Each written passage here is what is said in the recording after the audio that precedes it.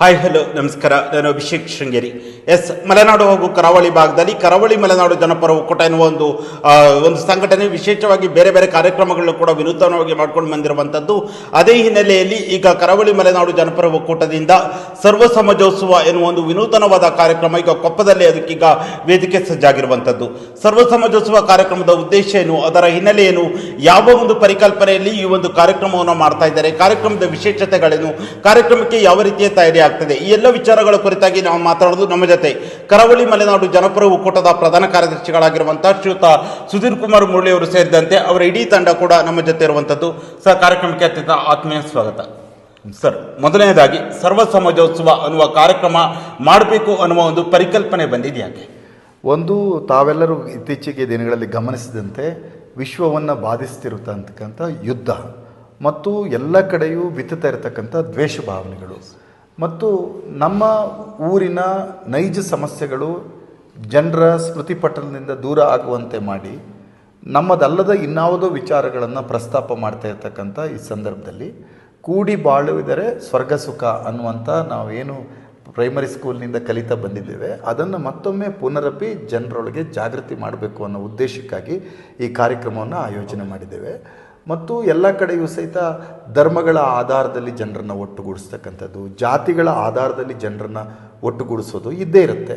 ಹಾಗೆ ರಾಜಕೀಯ ಪಕ್ಷಗಳು ಸಹಿತ ಪಕ್ಷಾಧಾರಿತವಾಗಿ ಒಟ್ಟುಗೂಡಿಸ್ತಕ್ಕಂಥದ್ದು ಇದ್ದೇ ಇರುತ್ತೆ. ಆದರೆ ನಾವು ಅದನ್ನೆಲ್ಲವನ್ನು ಮೀರಿ ಒಂದು ಸರ್ವ ಜನಾಂಗದ ಶಾಂತಿಯ ತೋಟ ಅಂತ ಪ್ರತಿಪಾದಿಸಬೇಕು ಈ ಊರನ್ನು ಅನ್ನುವ ಕಾರಣಕ್ಕಾಗಿ ಈ ಕಾರ್ಯಕ್ರಮನ ಆಯೋಜನೆ ಮಾಡ್ತಿದ್ದೀವಿ. ಮತ್ತು ನಾನು ಯುದ್ಧದ ಭೀತಿ ಅಂತ ಹೇಳಿದೆ. ಯುದ್ಧದ ವಿರುದ್ಧ ಮತ್ತು ಅಹಿಂಸೆಯ ಪರವಾಗಿ ಅತ್ಯುತ್ತಮ ಸಾಹಿತ್ಯ ಕೃತಿಗಳನ್ನು ಕೊಟ್ಟವರು ನಮ್ಮ ಕೊಪ್ಪ ತಾಲೂಕಿನಲ್ಲಿಯೇ ಹುಟ್ಟಿದ ರಾಷ್ಟ್ರಕವಿಗಳಾದಂಥ ಕುವೆಂಪುರವರು. ಮತ್ತು ಅವರು ತನ್ನ ಸಾಹಿತ್ಯ ಜೀವನದ ಸಂಧ್ಯಾಕಾಲದಲ್ಲಿ ಅವರು ಬಿತ್ತಿದಂಥ ವಿಶ್ವಮಾನವ ತತ್ವ ಅನ್ನುವಂಥದ್ದು ಈಗ ಹೆಚ್ಚು ಹೆಚ್ಚು ಪ್ರಸ್ತುತತೆಯನ್ನು ಪಡೀತಾ ಇದೆ. ಜಾಗತಿಕವಾದಂಥ ಈ ಸಂದರ್ಭಗಳು, ಸ್ಥಳೀಯವಾಗಿರ್ತಕ್ಕಂಥ ಸಂದರ್ಭಗಳನ್ನೆಲ್ಲ ಗಮನಿಸಿದಾಗ ಮಾಡಬೇಕು ಅಂತ ಅನ್ನಿಸ್ತು.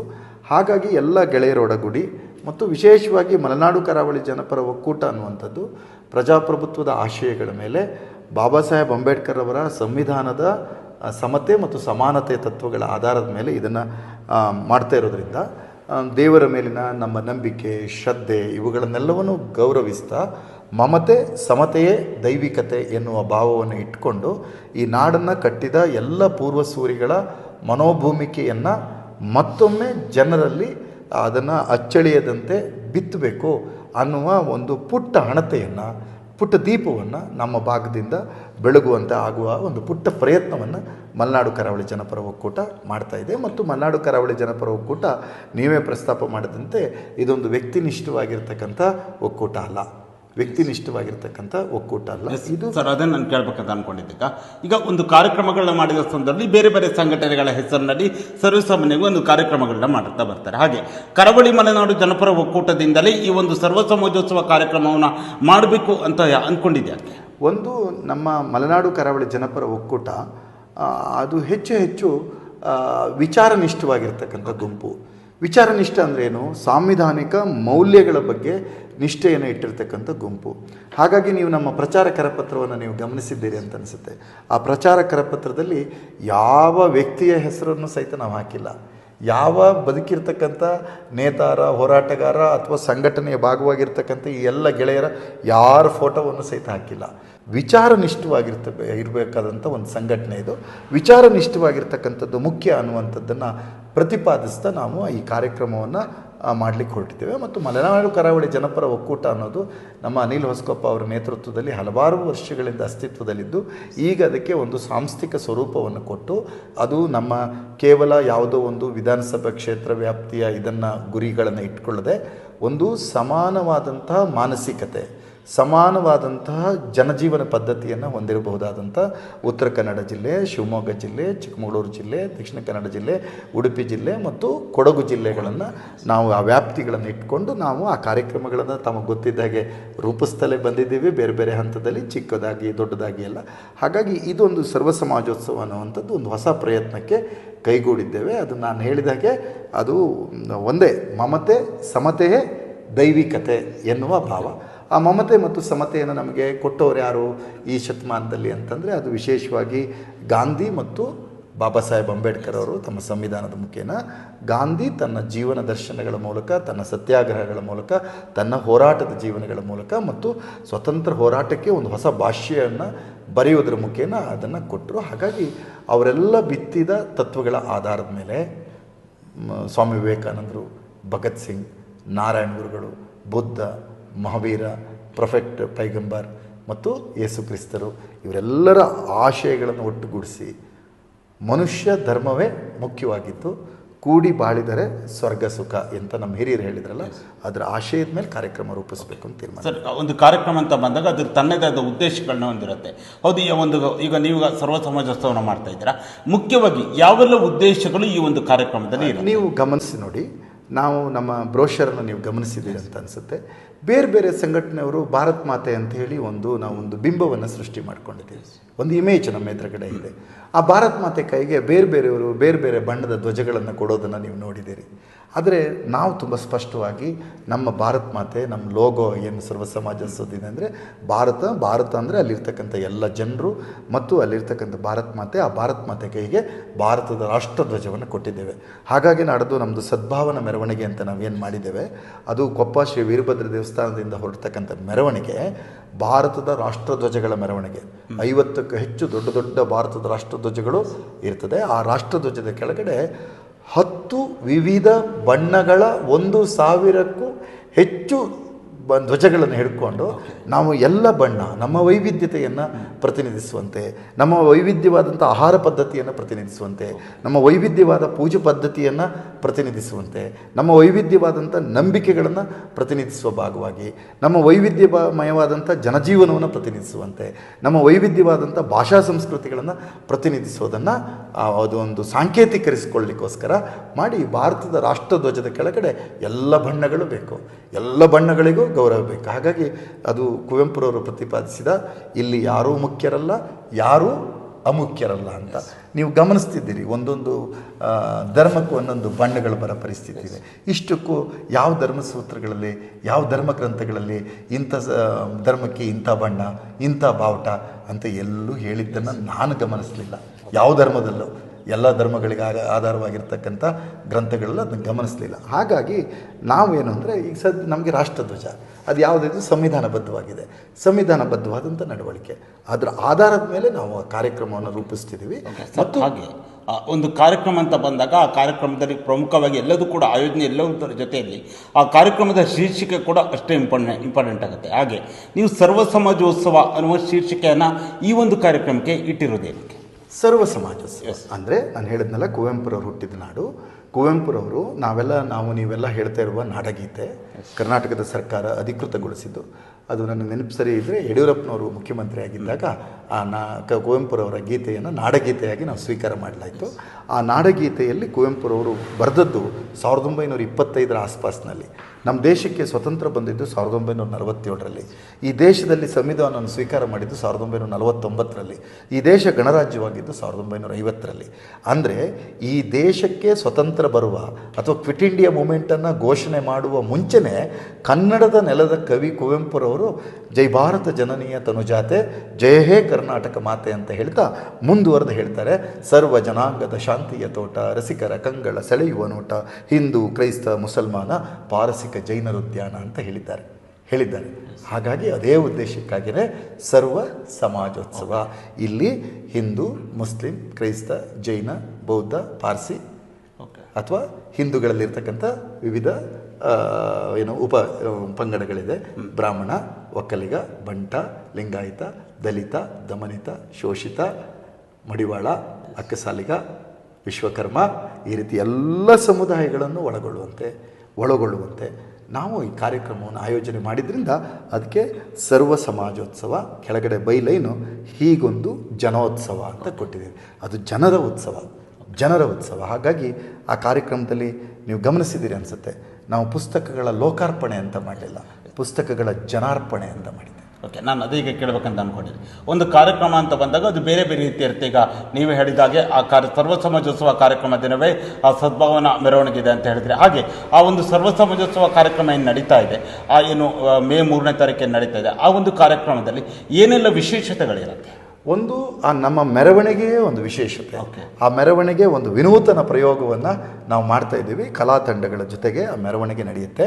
ಆ ಇಡೀ ಮೆರವಣಿಗೆಗಳಲ್ಲಿ ಯಾರೊಬ್ಬ ವ್ಯಕ್ತಿಗೆ, ಸಂಘಟನೆಗೆ, ಪಕ್ಷಕ್ಕೆ ಜೈಕಾರ ಧಿಕ್ಕಾರ ಇರೋದಿಲ್ಲ. ಅದೇನಿದ್ರೂ ನಮ್ಮ ಆತ್ಮಶೋಧನೆಗಾಗಿ ನಡೆಯುವ ಒಂದು ನಡಿಗೆ, ಒಂದು ಚಿಕ್ಕ ನಡಿಗೆ. ಅದು ನಡಿಗೆಯಲ್ಲಿ ಹೋಗಿ ಲಾಲ್ ಬಹದ್ದೂರ್ ಶಾಸ್ತ್ರಿ ಕ್ರೀಡಾಂಗಣದಲ್ಲಿ ಸಮಾವೇಶಗೊಂಡ ಬಳಿಕ ಅದು ಒಂದು ಬರೀಯಾದಂಥ ಭಾಷಣಗಳ, ಕೂಗಾಟಗಳ ಸಭೆ ಆಗೋದಿಲ್ಲ. ಅದು ಒಂದು ಸಾಂಸ್ಕೃತಿಕ ಸಂಪನ್ನತೆಯ ಕಾರ್ಯಕ್ರಮವಾಗಿ ಒಂದು ವಿಚಾರ ಅಭಿವ್ಯಕ್ತಿಯನ್ನು, ಕೆಲವು ಸಾಧಕರಿಗೆ ಸನ್ಮಾನ, ಪುಸ್ತಕಗಳ ಜನಾರ್ಪಣೆ, ಸಾಂಸ್ಕೃತಿಕ ಸಂಗಮ. ಅದಾದ ನಂತರ ನಾವೆಲ್ಲರೂ ಒಟ್ಟಿಗೆ ಒಂದು ಭೋಜನವನ್ನು ಸ್ವೀಕಾರ ಮಾಡಿ ಆ ಕಾರ್ಯಕ್ರಮದಿಂದ ಜನ ಕೆಲವು ಸದ್ಭಾವನೆಗಳನ್ನ ಇಟ್ಕೊಂಡು ಹೋಗಬೇಕು. ಮತ್ತೊಂದು ವಿಶೇಷವಾದ ಇಟ್ಟಿದ್ದೀವಿ ಅಲ್ಲಿ, ಏನಂದರೆ ಜನಪರ ಹಕ್ಕೊತ್ತಾಯಗಳು ಅಂತ. ನಾವು ಸಭೆ ಸಮಾವೇಶವನ್ನು ಮಾಡ್ತೀವಿ, ವ್ಯಕ್ತಿಗಳನ್ನು ವಿಜೃಂಭಿಸುವ ಪ್ರಯತ್ನವನ್ನು ಮಾಡ್ತಾಯಿದ್ದೇವೆ. ಆದರೆ ನಾವು ಇದಕ್ಕೆ ಪೂರ್ವಭಾವಿಯಾಗಿ ಯುವಕರ ಸಮ್ಮೇಳನ ಮಾಡಿದ್ದೇವೆ, ಮಹಿಳಾ ಸಮ್ಮೇಳನ ಮಾಡಿದ್ದೇವೆ, ವಿವಿಧ ಸಮಾಜದ ಮುಖಂಡರುಗಳ ಸಭೆಗಳನ್ನು ಮಾಡಿದ್ದೇವೆ. ನಿಮಗೊತ್ತು ವಿಶೇಷವಾದನ್ನು ಹೇಳಬೇಕು, ಮೊದಲ ಸಭೆ ಈ ಸಮಾಜೋತ್ಸವ ಮಾಡಬೇಕು ಅನ್ನೋಂಥ ಯೋಚನೆ 1 ವರ್ಷದ ಹಿಂದಿಂದು. ಇದನ್ನು ಕಾರ್ಯಗತಗೊಳಿಸಬೇಕು ಅಂತ ಹೇಳಿ ನಾವು ಯುಗಾದಿಯ ದಿವಸ ಕಮಂಡಲ ಶ್ರೀ ಗಣಪತಿ ದೇವಸ್ಥಾನದಲ್ಲಿ ಒಂದು ಪೂರ್ವಭಾವಿ ಸಭೆಯನ್ನಿಟ್ವಿ. ಎಲ್ಲರಿಗೂ ವಾಟ್ಸಪ್ ಸಂದೇಶವನ್ನು ಕಳಿಸಿದ್ವಿ. ನಮ್ಮ ನಿರೀಕ್ಷೆ ಒಂದು 60-70 ಜನ ಬಂದಾರು ಹಬ್ಬದ ದಿನ ಅಂತ. ನಮ್ಮ ನಿರೀಕ್ಷೆಯನ್ನು ಮೀರಿ 200ರಷ್ಟು ಜನ ಬಂದವರು ಒಕ್ಕೊರಲಿಂದ ಈ ಸಮಾಜೋತ್ಸವ ಅಂತ ಹೆಸರಿಡಬೇಕು, ಸರ್ವ ಸಮಾಜೋತ್ಸವ ಅಂತ ಕಾರ್ಯಕ್ರಮ ಮಾಡೋಣ ಅಂತ ಮಾಡಿದ್ವಿ. ಅವತ್ತು ಆ ಕಾರ್ಯಕ್ರಮವನ್ನು ಆಹ್ವಾನ ಮಾಡಬೇಕಾದಾಗ ನಾವು ಯೋಚನೆ ಮಾಡಿದ್ವಿ. ಅದು ನೋಡುವಾಗ ಅವತ್ತು ಯುಗಾದಿ ದಿನ ನಿಮ್ಗೆ ಗೊತ್ತಿದ್ದಂಗೆ ಹಿಂದೂಗಳಿಗೆ ಚಂದ್ರದರ್ಶನ ಆಗಬೇಕು, ಚಂದ್ರದರ್ಶನ ಆದರೆ ಒಳ್ಳೆಯದು ಅಂತ. ಮಾರನೇ ದಿವಸ ರಂಜಾನ್, ಮುಸಲ್ಮಾನರಿಗೆ ಚಂದ್ರದರ್ಶನ ಆಗಬೇಕು. ಅದಾಗಿ 3 ದಿವಸಕ್ಕೆ ಮಹಾವೀರ ಜಯಂತಿ, ಅಂದರೆ ಬದುಕಲು ಬಿಡು ಅಂತ ಹೇಳಿ ಸಾವಿರಾರು ವರ್ಷಗಳ ಹಿಂದೆ ಹೇಳಿದಂತಹ ಮಹಾವೀರರ ಜಯಂತಿ. ಅದಾದ 3 ದಿವಸಕ್ಕೆ ಯೇಸು ಕ್ರಿಸ್ತರ ಪುನರುತ್ಥಾನ ದಿನ. ಒಂದು ಕ್ಯಾಲೆಂಡರಿನ ದಿನಾಂಕಗಳು ಇಡೀ ವಿಶ್ವವನ್ನು ಈ ರೀತಿಯಾಗಿ ಜೋಡಿಸ್ತಾ ಇರುವಾಗ ನಮಗೆ ವಿಶ್ವಾಸ ಬಂತು. ಅವತ್ತು ನಿರ್ಣಯ ಆಯಿತು, ನಾವು ಅದರಿಂದ ನಾಡ್ದು ಹಲವಾರು ಜನಪರವಾದಂಥ ಹಕ್ಕೊತ್ತಾಯಗಳನ್ನು ಮಂಡಿಸ್ತೀವಿ. ಯಾರಿಗೆ ಮಂಡಿಸ್ತೀವಿ ಅಂದರೆ, ಅದು ನಿಮ್ಮಂಥ ಮಾಧ್ಯಮಗಳ ಮುಖೇನ ಸರ್ಕಾರಗಳಿಗೆ ತಲುಪಬೇಕು, ಅಧಿಕಾರಿಗಳಿಗೆ, ಆಡಳಿತ ಯಂತ್ರಕ್ಕೆ ತಲುಪಬೇಕು, ಅದು ರಾಜ್ಯ ಅಥವಾ ಕೇಂದ್ರ ಸರ್ಕಾರಗಳಿಗೆ ತಲುಪಬೇಕು. ಎಲ್ಲದಕ್ಕಿಂತ ಹೆಚ್ಚು ಕ್ಷೇತ್ರದಲ್ಲಿ ಸೇರಿರ್ತಕ್ಕಂಥ ಜನರಿಗೆ ತಲುಪಬೇಕು. ಎಸ್, ಇದು ನಮ್ಮೆಲ್ಲರ ಹಕ್ಕು, ಇದು ನಮಗೆ ಬರಬೇಕು, ಇಂಥ ಅವಕಾಶಗಳು ನಮಗೆ ಸಿಗಬೇಕು, ಇಲ್ಲಿಗಿಂಥ ಪಾಲಿಸಿಗಳು ಬೇಕು ಅನ್ನುವಂಥ ರೀತಿಯಲ್ಲಿ 10 ಪ್ರಮುಖವಾದಂತಹ ನಿರ್ಣಯಗಳನ್ನು ಅಲ್ಲಿ ನಾವು ಮಂಡಿಸ್ತೇವೆ. ಮತ್ತು ಇಡೀ ಕಾರ್ಯಕ್ರಮ ಮಮತೆ ಸಮತೆಯೇ ದೈವಿಕತೆ ಎನ್ನುವ ಒಟ್ಟಂದದ ಭಾವದಲ್ಲಿಯೇ ಕಾರ್ಯಕ್ರಮ ನಡೆಯುತ್ತೆ. ಸರ್, ಒಂದು ಕಾರ್ಯಕ್ರಮ ಯಶಸ್ಸಾಗಬೇಕಾದ್ರೆ ಅಲ್ಲಿ ಜನರು ಬಂದಾಗ ಆ ಕಾರ್ಯಕ್ರಮವನ್ನು ಸಂಪೂರ್ಣವಾಗಿ ನೋಡಿದಾಗ ಆ ಕಾರ್ಯಕ್ರಮದ ಉದ್ದೇಶ ಅವರಿಗೆ ಅರ್ಥ ಆಗುತ್ತೆ. ಆ ಹಿನ್ನೆಲೆಯಲ್ಲಿ ನೀವು ಕಳೆದ ಕೆಲ ದಿನಗಳಿಂದ ನಿರಂತರವಾಗಿ ಸಭೆಗಳನ್ನ ಈ ಕ್ಷೇತ್ರದ ಬೇರೆ ಬೇರೆ ಭಾಗಗಳಲ್ಲಿ, ತಾಲೂಕುಗಳಲ್ಲಿ ಕೂಡ ಮಾಡ್ತಾ ಇರುವಂಥದ್ದು. ನೀವು ಸಭೆಗಳು ಮಾಡಿದ ಸಂದರ್ಭದಲ್ಲಿ ಆ ಜನರಿಂದ ಯಾವ ರೀತಿಯಾದ ಒಂದು ಒಪಿನಿಯನ್ ವ್ಯಕ್ತವಾಗಿದೆ? ಇಲ್ಲ, ನಾವು ಚಿಕ್ಕ ಪುಟ್ಟ ಸಭೆಗಳನ್ನು ಮಾಡಿದ್ದೇವೆ. ನಮ್ಮ ಆತ್ಮೀಯರು, ಪರಿಚಯಸ್ಥರ ಮನೆಗಳಲ್ಲಿ ಅಥವಾ ಚಿಕ್ಕ ಪುಟ್ಟ ಸಭಾಂಗಣಗಳಲ್ಲಿ ಈ ರೀತಿ ಸಭೆಗಳನ್ನು ವಿವಿಧ ರೀತಿಯಲ್ಲಿ ಮಾಡತಕ್ಕಂಥ ಪ್ರಯತ್ನ ಮಾಡಿದ್ದೇವೆ. ಅಂದರೆ ಎಲ್ಲರನ್ನೂ ರೀಚ್ ಆಗಿದ್ದೇವೆ ಅಂತ ಹೇಳುವಂಥ ಪ್ರಯತ್ನ ಅಲ್ಲ, ಸಾಧ್ಯವಾದಷ್ಟು ಜನರನ್ನು ತಲುಪುವ ಪ್ರಯತ್ನ ಮಾಡಿದ್ವಿ. ಅಲ್ಲೆಲ್ಲ ಹೋದಾಗ ಜನರಿಗೆ ಈ ಸರ್ವ ಸಮಾಜೋತ್ಸವ ಅಂದಕೂಡಲೇ ಅವರಲ್ಲಿ ಒಂದು ಆಧ್ಯಾತ್ಮದ ಸ್ಪಿರಿಚುವಲ್ ಆದಂಥ ವೈಬ್ರೇಷನ್ ಕಾಣ್ತಾ ಇದೆ. ಆ ವೈಬ್ರೇಷನಿನ ಭಾಗವಾಗಿ ನಿಮಗೊಂದು ಹೇಳ್ತೀನಿ. ನಮ್ಮ ಗೆಳೆಯ ಗಿರೀಶ್ ಅಂತ ಹೇಳಿ, ಅವನೊಬ್ಬ ಸಾಫ್ಟ್ವೇರ್ ಉದ್ಯಮಿ, ಚಿಂತಕ. ಅವನು ಹೇಳ್ದ, ನಮ್ಮ ದೇಶದ ಜನಸಂಖ್ಯೆ 140 ಕೋಟಿ. ನಾವು 140 ಕೋಟಿ ಭಾರತೀಯರು ಅಂದರೆ 140 ಕೋಟಿಯ ಒಂದು ಸಮಷ್ಟಿ ಶಕ್ತಿ.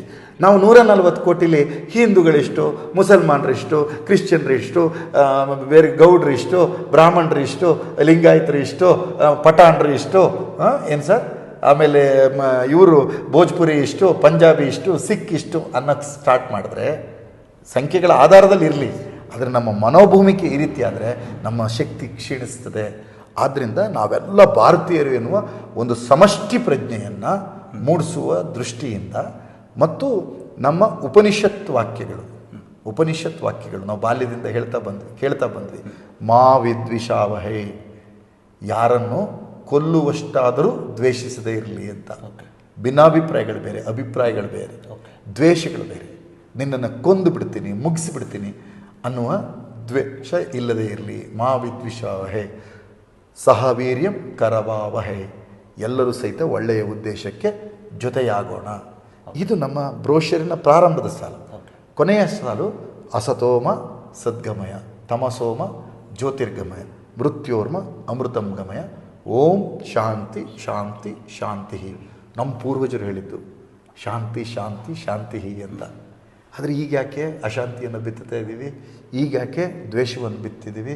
ಈಗ ಯಾಕೆ ಜಾತಿ ಮತಧರ್ಮದ ದ್ವೇಷಗಳನ್ನು ಹಿಂದೆಂದಿಗಿಂತ ಹೆಚ್ಚಾಗಿ ಪ್ಲಾಂಟ್ ಮಾಡುವ ಪ್ರಯತ್ನವನ್ನು ಮಾಡ್ತಾ ಇದ್ದೀವಿ? ಅದಕ್ಕೆ ಈ ಕುವೆಂಪು ನೆಲದಿಂದ ಒಂದು ಕಾರ್ಯಕ್ರಮ ಏನು ಮಾಡ್ತಿದ್ದೀವಿ, ನಮಗೆ ವಿಶ್ವಾಸ ಇದೆ ಈ ಕಾರ್ಯಕ್ರಮ ವಿಸ್ತರಿಸ್ತಾ ಹೋಗುತ್ತೆ. ಅಂದರೆ ಅದು ಕೇವಲ ಶೃಂಗೇರಿ ಕ್ಷೇತ್ರದ ಕೊಪ್ಪಕ್ಕೆ ಮಾತ್ರ ಸೀಮಿತವಲ್ಲ, ಮುಂದಿನ ದಿನಗಳಲ್ಲೂ ಕೂಡ ಬೇರೆ ಕಡೆ ಈ ಒಂದು ಕಾರ್ಯಕ್ರಮ ನಮ್ಮ ಗೆಳೆಯರುಗಳಿಗೆ ಇರ್ತಕ್ಕಂಥ ವ್ಯಾಪ್ತಿ ಅಂದರೆ ನಮಗಿರ್ತಕ್ಕಂಥ ಹೆಚ್ಚು ಸಂಪರ್ಕ ಇದಾಗಿದ್ದರಿಂದ ಇಲ್ಲಿ ಪ್ರಯೋಗ ಮಾಡ್ತಾ ಇದ್ದೀವಿ. ಇದೊಂದು ಪ್ರಯೋಗ ಇದೆ, ಇಲ್ಲಿ ಪ್ರಯೋಗ ಮಾಡ್ತಿದ್ದೀವಿ. ಇದನ್ನು ವಿಸ್ತರಿಸ್ತಕ್ಕಂಥ ಸಂಘಟಕರನ್ನು, ಚಿಂತಕರನ್ನು ಆ ಕಾರ್ಯಕ್ರಮಕ್ಕೆ ಕರಿತಾ ಇದ್ದೀವಿ.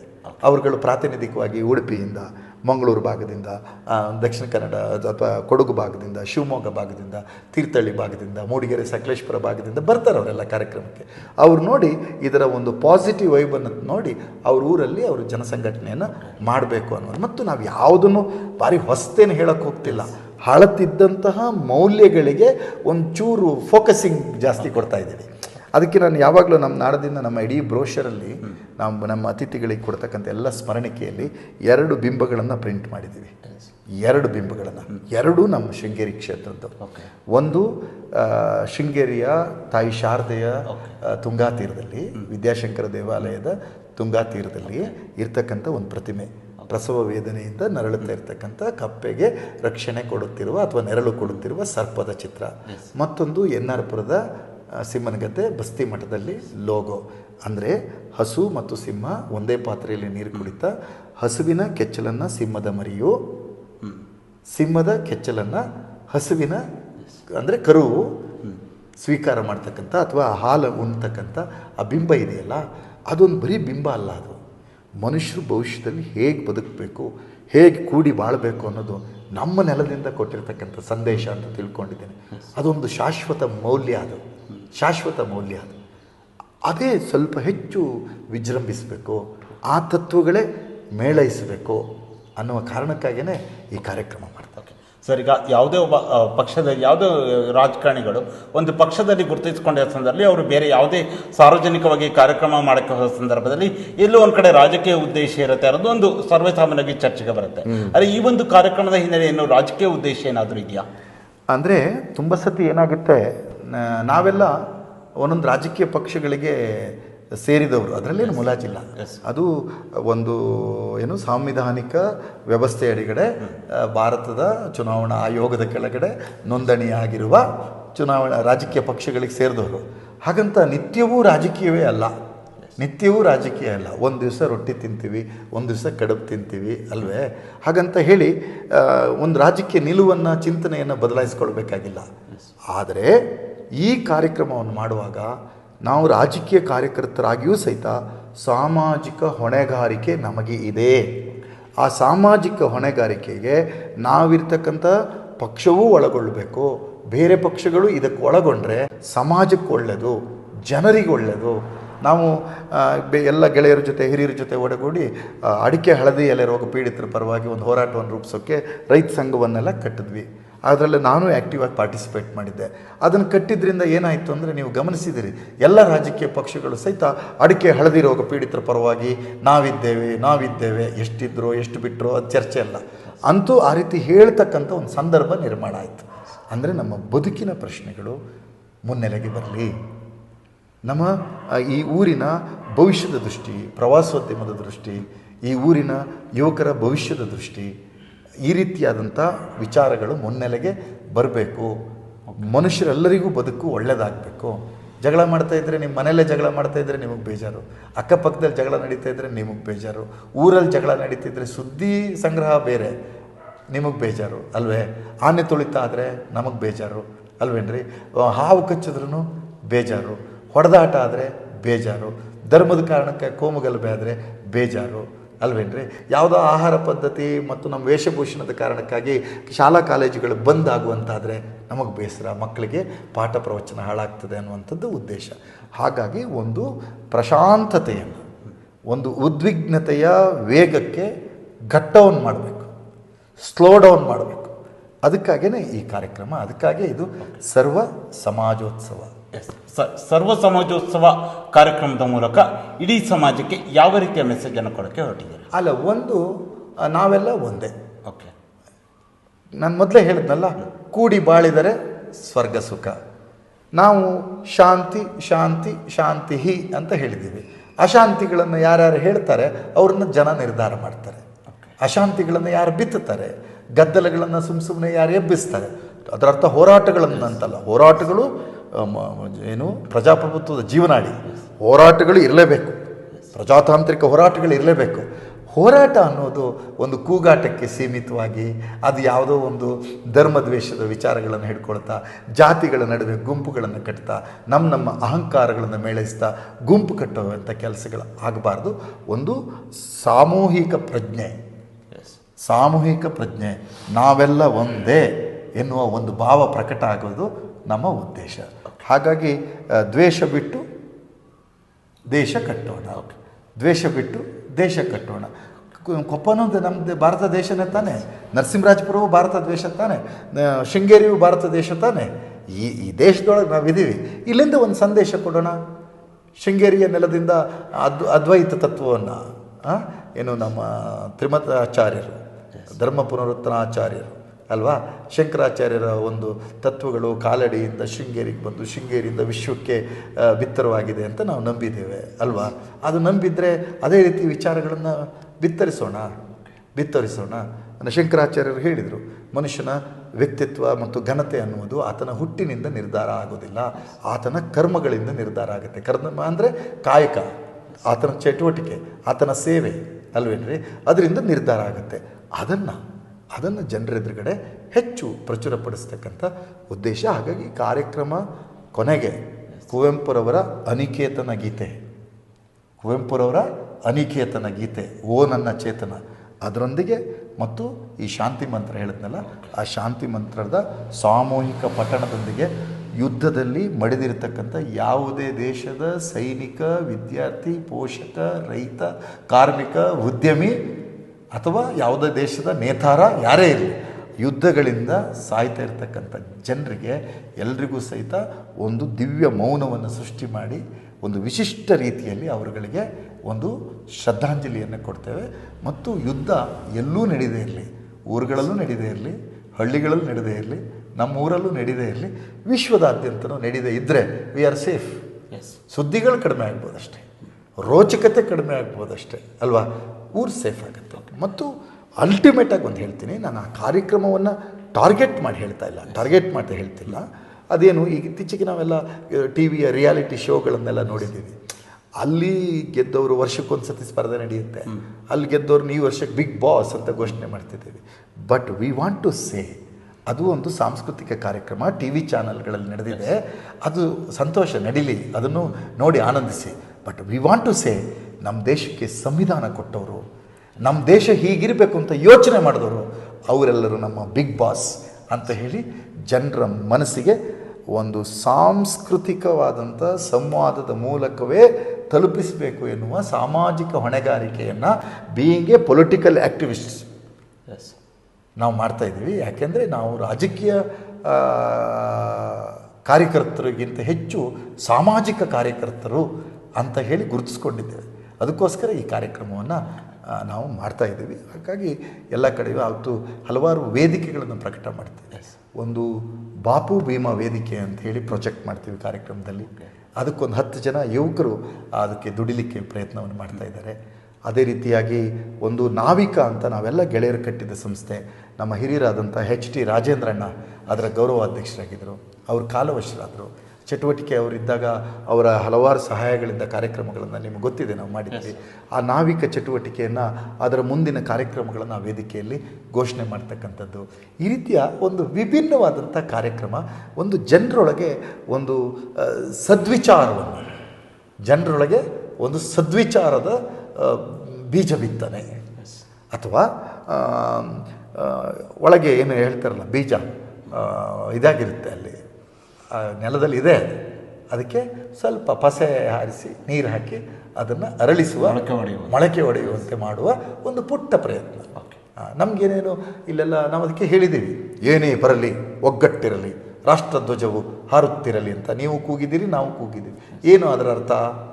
ಅದಕ್ಕೆ ನಾವು ಹಾಕಿದ್ದೀವಿ, ಏನೇ ಬರಲಿ, ಭಯೋತ್ಪಾದನೆ ಬರಲಿ, ಮೂಲಭೂತವಾದ ಬರಲಿ, ಮತೀಯವಾದ ಬರಲಿ, ಜಾತಿವಾದ ಬರಲಿ, ಭ್ರಷ್ಟಾಚಾರ ಬರಲಿ, ಅವುಗಳನ್ನು ಕಿತ್ತೊಗೆಯೋಣ, ಸದ್ಭಾವನೆಯಿಂದ ಒಂದಾಗೋಣ. ಹಾಗಾಗಿ ನಾವು ಪ್ರೇರಣೆಗಳನ್ನು ಆ ಕರಪತ್ರದಲ್ಲಿ ಪಡೆದಿದ್ದೀವಿ. ನಿಮಗೆ ನಾನು ಕಳಿಸ್ತೀನಿ, ನೀವು ಗಮನಿಸಿದ್ದೀರಿ ಅನಿಸುತ್ತೆ. ಪ್ರೇರಣೆಯನ್ನು ಪಡೆದಿದ್ದೀವಿ. ಯಾರಿಂದ? ಭಗತ್ ಸಿಂಗಿಂದ, ಸ್ವಾಮಿ ವಿವೇಕಾನಂದರಿಂದ, ಬುದ್ಧನಿಂದ, ಮಹಾವೀರನಿಂದ, ಕುವೆಂಪುರವರಿಂದ, ಇವರಿಂದೆಲ್ಲ ನಾವು ಪ್ರೇರಣೆಯನ್ನು ಪಡೆದಿದ್ದೀವಿ. ಹಲವು ಧರ್ಮಾಚಾರ್ಯರುಗಳಿಂದ ಪ್ರೇರಣೆಯನ್ನು ಪಡೆದಿದ್ದೇವೆ. ಆ ಪ್ರೇರಣೆಯನ್ನು ಪ್ರಕಟ ಮಾಡುತ್ತಾ ನಾವು ವಿಶ್ವಬಂಧುಗಳಾಗುವ ಪ್ರಯತ್ನವನ್ನು ಮಾಡೋದು. ಓಕೆ ಸರ್, ಕೊನೆಯದಾಗಿ ಆ ಸರ್ವ ಸಮಾಜೋತ್ಸವ ಕಾರ್ಯಕ್ರಮದ ಕುರಿತಾಗಿ ಕ್ಷೇತ್ರದ ಜನತೆಗೆ ಯಾವ ರೀತಿಗೆ ಆಹ್ವಾನವನ್ನು ಮಾಡ್ತೀವಿ? ಒಂದು, ಕ್ಷೇತ್ರದ ಎಲ್ಲ ಜನರಿಗೆ, ವಿಶೇಷವಾಗಿ ಕ್ಷೇತ್ರ ಮಟ್ಟದ ಕಾರ್ಯಕ್ರಮ ಮಾಡ್ತಿದ್ವಿ, ಕೊಪ್ಪ, ಶೃಂಗೇರಿ, ನರಸೀಪುರಾಜಪುರ ತಾಲೂಕು ಮತ್ತು ಕಾಂಡ್ಯ ಹೋಬಳಿಗಳನ್ನು ಒಳಗೊಂಡಂತೆ ನೀವು ಆ ಕಾರ್ಯಕ್ರಮಕ್ಕೆ ಬನ್ನಿ. ನಮಗೆ ರಾಜಕೀಯ ಕಾರ್ಯಕರ್ತರುಗಳೇ ಕಾರ್ಯಕ್ರಮಕ್ಕೆ ಬರಬೇಕು ಅಂತ ಅಪೇಕ್ಷೆ ನಮ್ಮದಲ್ಲ. ಸಾಮಾಜಿಕ ಚಿಂತಕರು, ಸಮಾಜದ ಒಳಿತನ್ನು ಬಯಸ್ತಕ್ಕಂಥ ನೀವೆಲ್ಲರೂ ಬನ್ನಿ. ಆ ಕಾರ್ಯಕ್ರಮದ ಆಶಯಗಳು ಜಾತ್ಯತೀತವಾಗಿದ್ದರೆ, ಪಕ್ಷಾತೀತವಾಗಿದ್ದರೆ, ಧರ್ಮಾತೀತವಾಗಿದ್ದರೆ, ಒಂದು ಸದ್ವಿಚಾರದ ಪ್ರೇರಣೆಯ ಮೇಲಿದ್ದರೆ ನಮ್ಮನ್ನು ಬೆಂಬಲಿಸಿ. ಅದು ಇಲ್ಲದಿದ್ದರೆ ನಮ್ಮ ತಪ್ಪುಗಳನ್ನು ಮುಕ್ತ ಮನಸ್ಸಿನಿಂದ ಹೇಳಿ. ಇದು ನಮ್ಮ ವಿನಂತಿ. ಹಾಗಾದ್ರಿಂದ ಆ ಕಾರ್ಯಕ್ರಮಕ್ಕೆ ಮೇ 3ನೇ ತಾರೀಕು ಭಾನುವಾರ ಮಧ್ಯಾಹ್ನ 3 ಗಂಟೆಗೆ ಕೊಪ್ಪದ ಶ್ರೀ ವೀರಭದ್ರೇಶ್ವರ ದೇವಸ್ಥಾನದ ಸಮೀಪಕ್ಕೆ ಎಲ್ಲ ಬಂದು ಸೇರಿ, ಒಟ್ಟಾಗಿ ರಾಷ್ಟ್ರಧ್ವಜದ ಕೆಳಗಡೆ ನಾವೆಲ್ಲರೂ ಒಂದೇ ಭಾವವನ್ನು ಪ್ರಕಟ ಮಾಡುತ್ತಾ ರಾಷ್ಟ್ರಧ್ವಜದ ಕೆಳಗಡೆ ನಮ್ಮ ವೈವಿಧ್ಯತೆಯನ್ನು ಸಾರಿಕೊಳ್ಳುತ್ತಾ ಹೆಜ್ಜೆ ಇಡೋಣ, ಒಂದು ಸದ್ಭಾವನೆಯಿಂದ ಮುಂದುವರಿಯೋಣ ಅನ್ನೋದು ನಮ್ಮ ಉದ್ದೇಶ. ಸರ್, ಇದುವರೆಗೆ ಈ ಒಂದು ಸಂದರ್ಶನ ಭಾಗವಹಿಸಿ ಸರ್ವ ಸಮಾಜೋತ್ಸವ ಕಾರ್ಯಕ್ರಮದ ಒಂದು ಪರಿಕಲ್ಪನೆ ಆಗಿರ್ಬೋದು, ಅದರ ಹಿನ್ನೆಲೆ ಆಗಿರ್ಬೋದು, ಅದರ ಧ್ಯೇಯೋದ್ದೇಶಗಳಾಗಿರ್ಬೋದು, ಹಾಗೆ ಈ ಒಂದು ಸರ್ವ ಸಮಾಜೋತ್ಸವ ಕಾರ್ಯಕ್ರಮ ಮೂಲಕ ಸಮಾಜಕ್ಕೆ ಯಾವ ರೀತಿಯ ಮೆಸೇಜನ್ನು ನೀಡ್ತಾ ಇದ್ದೀರಾ, ಪ್ರಸ್ತುತ ನಡೀತಿರುವಂತಹ ವಿಚಾರಗಳಾಗಿರ್ಬೋದು, ಕಾರ್ಯಕ್ರಮದ ಕುರಿತಾಗಿ ನೀವು ಮಾಡಿರುವಂತಹ ಸಭೆಗಳಾಗಿರ್ಬೋದು, ಸರ್ವ ಸಮಾಜೋತ್ಸವ ಎನ್ನುವ ಶೀರ್ಷಿಕೆಯನ್ನು ಈ ಒಂದು ಕಾರ್ಯಕ್ರಮಕ್ಕೆ ಇಟ್ಟಿದ್ದ ವಿಚಾರ, ಕರಾವಳಿ ಮಲೆನಾಡು ಜನಪರ ಒಕ್ಕೂಟದಿಂದ ಈ ಒಂದು ಕಾರ್ಯಕ್ರಮನ ಯಾಕೆ ಆಯೋಜನೆ ಮಾಡಿದ್ದೀರಾ, ಎಲ್ಲ ವಿಚಾರಗಳ ಕುರಿತಾಗಿ ಸುದೀರ್ಘವಾದ ಚರ್ಚೆಯಲ್ಲಿ ಭಾಗವಹಿಸಿದ್ದಕ್ಕಾಗಿ ನಮ್ಮ ಸೇರಿ ಸಮಾಚಾರ ತಂಡದ ವತಿಯಿಂದ ನಿಮಗೆ ಹೃತ್ಪೂರ್ವಕ ಧನ್ಯವಾದಗಳು. ನೋಡಿದ್ರಲ್ಲ ವೀಕ್ಷಕರೇ, ಇದು ಸರ್ವ ಸಮಾಜೋತ್ಸವ ಕಾರ್ಯಕ್ರಮದ ಕುರಿತಾದಂತಹ ಸಂಪೂರ್ಣ ಮಾಹಿತಿ. ಮುಂದಿನ ವಾರ ಇನ್ನೊಂದು ವಿಶೇಷ ಕಾರ್ಯಕ್ರಮದ ಜೊತೆ ನಿಮ್ಮ ಮುಂದೆ ಬರ್ತೇನೆ. ನಮಸ್ಕಾರ.